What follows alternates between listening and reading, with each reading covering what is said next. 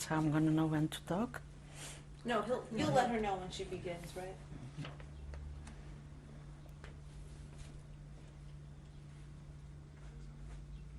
Oh, I'm laying this kind. what's that? I'm laying counterparts like this. For editing purposes. I don't know you. Date is February 21st, 1995. Survivor is Rosalie Schwartz. Interviewer is Elena G. Kaiser. City of Chicago. Country, USA. Language, English. Okay, can you say your name? My name is Rosalia Lieberman Schwartz.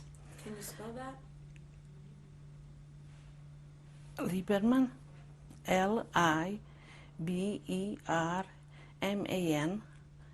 and Schwartz, S-C-H-V-A-R-T-Z. I was born in Czechoslovakia. The town is Holubino. The closest city is Svalava. And I was born 1929, July the 3rd, and I was 14 when the Germans were in our town, and 14 and a half, they took all the people to the ghetto. The ghetto name is Munkac. Okay, we're going to start with before the war. Maybe you could talk a little about life as a girl in Holubino. Yes. I come from a family of 11, and my life wasn't an easy life in Holubino. It was a hard life. We worked a lot of hours, and in the cold weather and the warm weather, there was lots of floods there, and sometimes very scary. And my mother worked even more hours. She used to work like from 5 in the morning until 8, 9 o'clock at night. And all my sisters and brothers weren't there when I was older. Just, I mostly was at home with my mother. And my brothers went to yeshivas, and sisters went to school and learned trades. Because in those days you weren't able to go, unless you have a lot of money, you were able to go to school, to higher classes. And even then, because of you are a Jewish person, they didn't let you in that easy. There was, I guess, discrimination in those days. And so it was very hard for people to really go through college and a university. And my mother worked a lot, as I said, and especially from Thursday till Friday morning, it was a lot of work preparing for, because the other children came back home for Saturdays, and it was a lot to prepare, to cook and clean and wash clothes. We didn't have water in the house. You had to go to wells to get the water, or to go to the river and get the water. And even to wash clothes, you had to go to the river, especially for rinsing, because otherwise you would have to carry a lot of water to be able to do that. And wood, there wasn't much wood either for cooking. You had to go pick wood in the woods to have for the winter. And in the woods we had a lot of things, not only wood to cook, but we had raspberries, strawberries, walnuts, little nuts and mushrooms and all kinds of wild apples. Just take a drink. Do you remember doing any of this work with your mother as a young girl? How old were you? Yes, I remember because I used to get up also with my mother early to prepare vegetables and help her out, whatever she needed. And we cooked a lot and baked bread for the whole week, like 9-10 loaves, big loaves in those days they were making, and it was really a big job. I remember an old man, a Gentile, used to come, and I had cleaned the floor so nicely, and he came and spit on the floor. Oh yeah, I remember it till today. I hated that. And he used to say that we owed him money. I guess the house we lived in was once upon a time his house. And so he came every Friday practically, and sat there, ate, and then he left. The Christian families were, we were very friendly with them. My mother used to bake them, it came Easter challis, because they took that to the churches. And it was like a parade. Everybody came and went with the challis to the church to have them, how would I say the word? The priest gave a blessing on that. It was very nice. It was very interesting to watch that from the windows. And we went to pick raspberries and strawberries. We used to make syrup out of them. And there were times that we had to, somebody owned that land in the woods. And so we picked a lot of strawberries in pots and raspberries, and we didn't give it all in. We kept some for ourselves because we weren't paid much. And so we sold the syrup, and we sold the raspberries, and we sold for jelly and jam, and from the raspberries we made a juice that you used with seltzer or mineral water. We had a lot of mineral water, and not far, 3 kilometers from town. And lots of people used to go there for vacations, or people with arthritis used to go there to take baths, to heal themselves. And it was very beautiful around, with a lot of mountains, and by the mineral water they had trees, pine trees, and it smelled gorgeous when you went there. Very healthy air. And we also used to go and buy eggs from the Christians, and then go in the city and sell them. And that's how we mostly made a living, from all these little things that we were able to sell.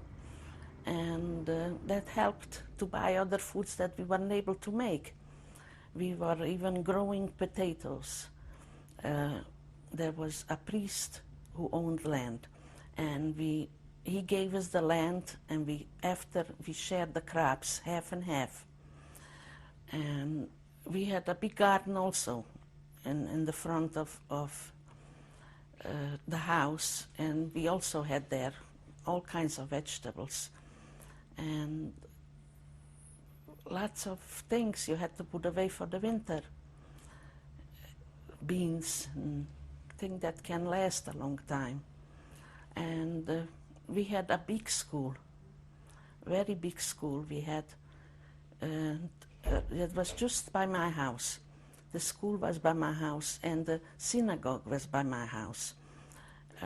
So people came to synagogue Saturdays. There was no bathrooms in the houses. You had to go in the yard. They had built a special little bathroom. It was just a big hole, and they're made from a box, so you were able to sit down and use it. And it was a hard thing because the people came and made a mess all the time. So there was a job to clean that up too. And the synagogue had like a downstairs floor for the men and upstairs floor for the ladies. It was Orthodox synagogue, and mostly Orthodox people lived in that town. And in the schools they had the prayers, Christian prayers, and nobody was against it like here in America. We or stood up or we sat down and we just kept quiet, didn't say nothing till it was over. But nobody was making problems with that. We really got along very good with the Christians, and they even wanted to hide some people. They were asking if people should leave their children, and then when the Nazis came and they took us. So, but these people believed in God and the Messiah. Oh, the Messiah is going to come and help us, take care of us. So they didn't believe like leaving the children behind. And we didn't know about the crematoriums or the gas chambers. Your mother was very religious, yes? Your mother was very Orthodox. Yes, yes. Maybe you could say a little more about some of the holidays you remember. Well, the holidays were very interesting, especially because all the children came home, and we weren't allowed to do anything on Saturday, naturally, not even walk to a nearby town too far. And it was very lively. There was a lot of singing, and in the afternoon friends came and neighbors came, and they were singing and dancing, telling stories. And Telling what kind of stories? Do you remember? just stories that they went through from day to day. Yeah, and there was three grocery stores in our little town, and what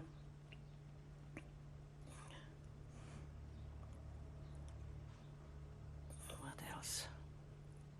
There were a few churches also, naturally. I'm curious about like Pesach or Rosh Hashanah. Pesach, it was a very big job. As I said, we didn't have no water. We had to go or to a neighbor's well or to the river to get water, and it was a very big cleaning for Pesach. Lots of things were taken out and cleaned and brought back clean, and then we were baking matzahs also. All the town was baking, everybody for the families.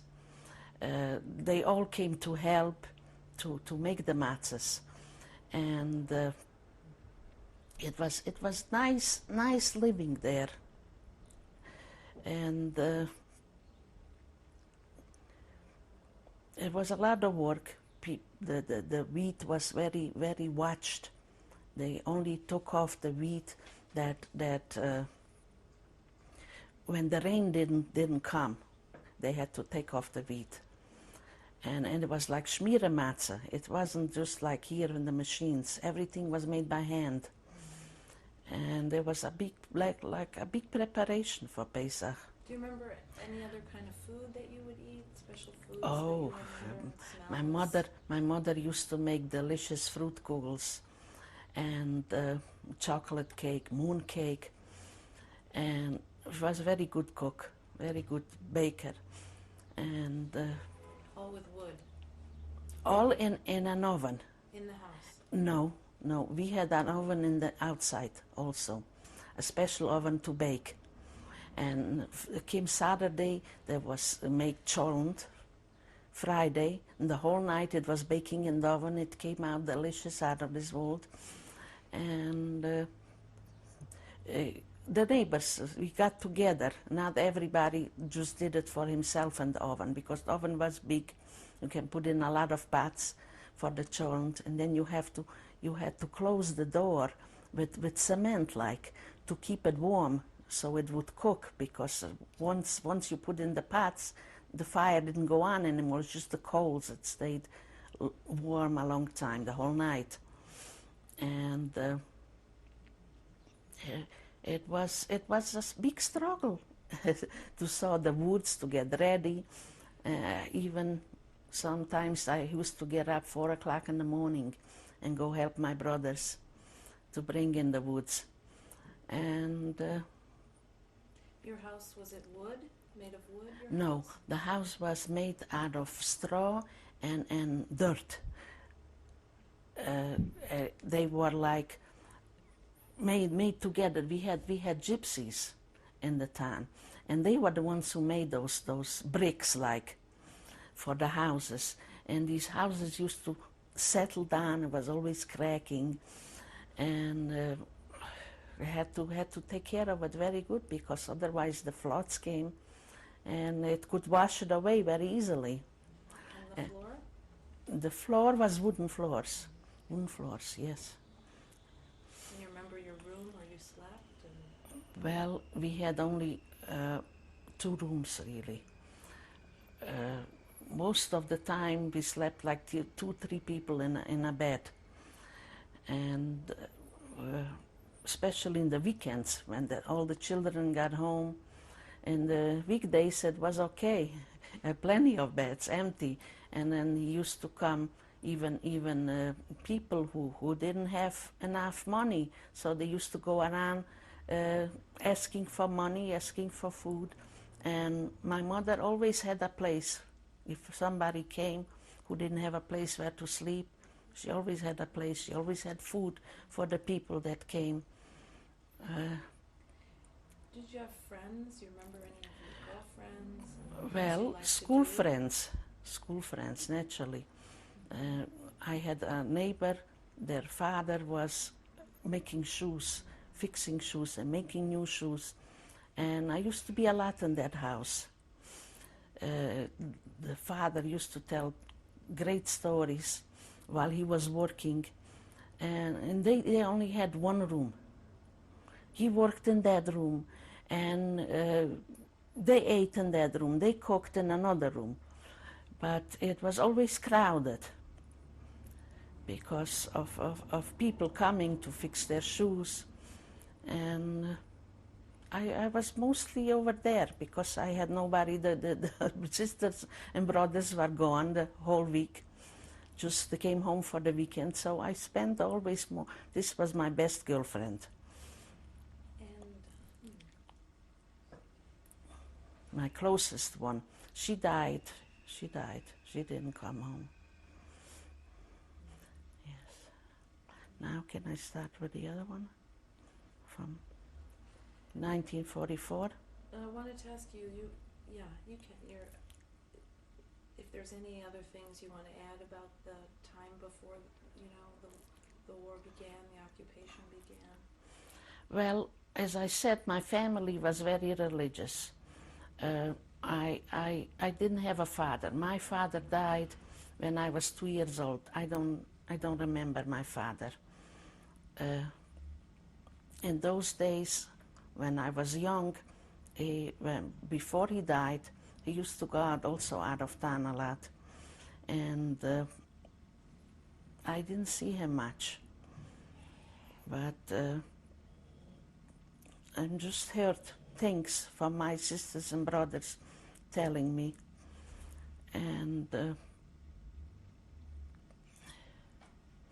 he was very religious, and they used to say that he died from being scared. Somebody came to steal, and they frightened him, and he had a heart condition, and He died from that.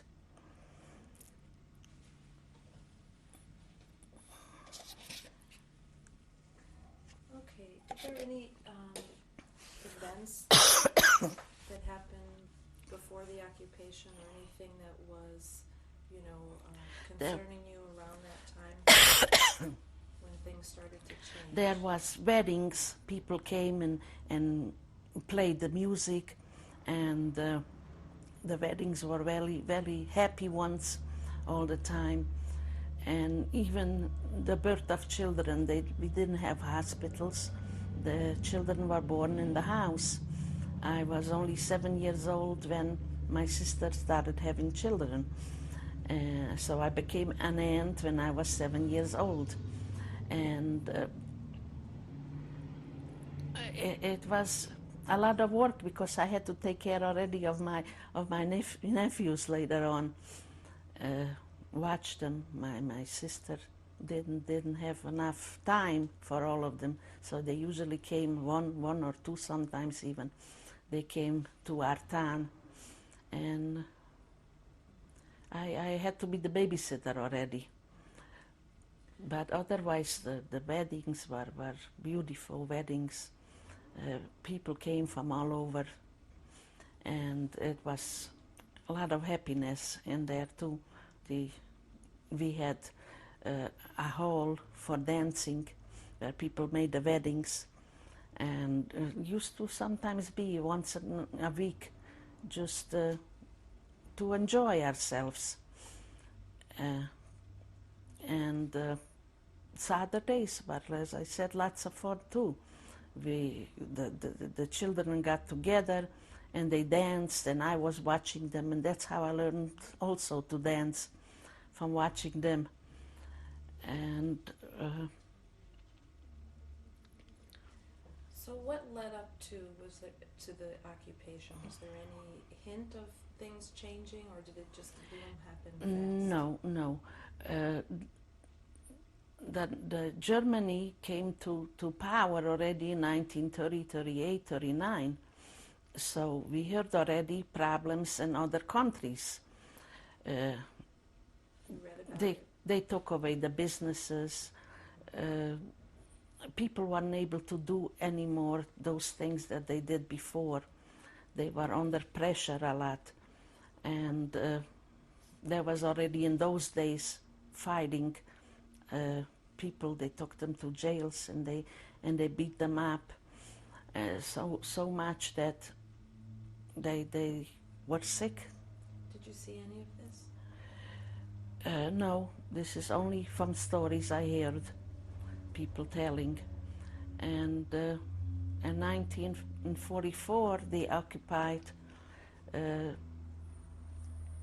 where I was born, those cities and towns. And then it started right away. They started slowly getting people together and shipping them away. And you weren't able to take too much with you. You had only little packages, little clothes for the children and for everybody, and food. Over there, they didn't take away the things, everything all together, but they didn't let you take much. Who didn't? The police, the Hungarian police, they had to do with that, not so much the Nazis as the Hungarian police. They were very rough, especially on the religious Jews. They were pulling their beards, and they were calling them names and beating them. It was just terrible to watch all those things. You saw this? Yes, I saw those things in the ghetto, mostly. So before you went to the ghetto, do you remember who told you you had to leave, what you took? The Hungarian army came and the police. Your mother, do you remember she was, telling you what to take, or what was the overall mood? No, the police came and told us, this is how much you can take, You cannot take furniture, you can only take clothes what you need and food for a short time. Once you get wherever you were being taken, that's it. So you went to the ghetto? So lots of people were taken away earlier. First they started with the city people, and every day they took people, and slowly the towns became, the cities became empty without Jews, and they were putting them in trains like animals, like cows, pushing in as much people as they could to take them to the ghettos. Once Which ghetto did you go to? I went to the ghetto in Munkac. It's a city that's called Munkac. And there they took us like out of town. There was a lot of standing water like. Was it far from Holovino? Oh yes, this was at maybe 10-15 kilometers from Holubino. And How did you get there? with trains. Yeah, okay. Trains. Yes, we had trains already in my age when I was young. But What were you feeling at the time or thinking at the time, if you remember anything? scared, very scared. Very scared. And in the ghettos, we had to stand in the lines for food. And even there, people were beaten up and not given much food, a little soup, a little piece of bread, very, very little food. What And month and year was this? this was Munkac. in the beginning of June. We were taken. We were like the last transport take to the ghetto, and 1944? 1944. Yes. Do you remember where you lived in the ghetto, in this town? In an apartment, in a house? Where were you living in the ghetto? There were houses there, all crowded there, in one room, and there was not much things to eat or sleep on. There was only on the floor, and work. There was work for some people, for some young people. You had to do some work because they had to feed the people, and but there was a lot of things going on, robberies, and especially with the police. They were just terrible, terrible.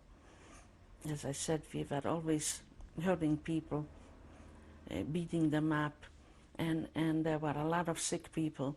Some of them had arthritis. They were unable to move, and they were beaten, and it was just awful to watch all this.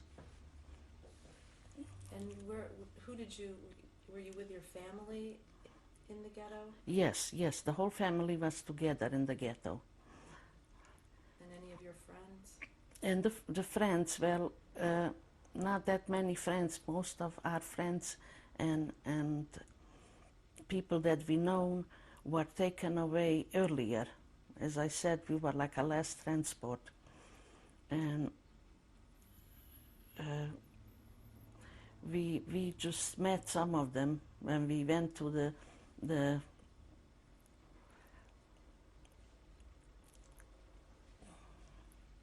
not talk about that. Yeah, in 1944, we were taken to Auschwitz, Birkenau, and What month? in June, the end of June. And in the trains also, it was very crowded, and people didn't have food no more. We were going to Auschwitz about three days maybe, and people died already on the way there. Lots of people, and there were no bathrooms. You had to use a path to go.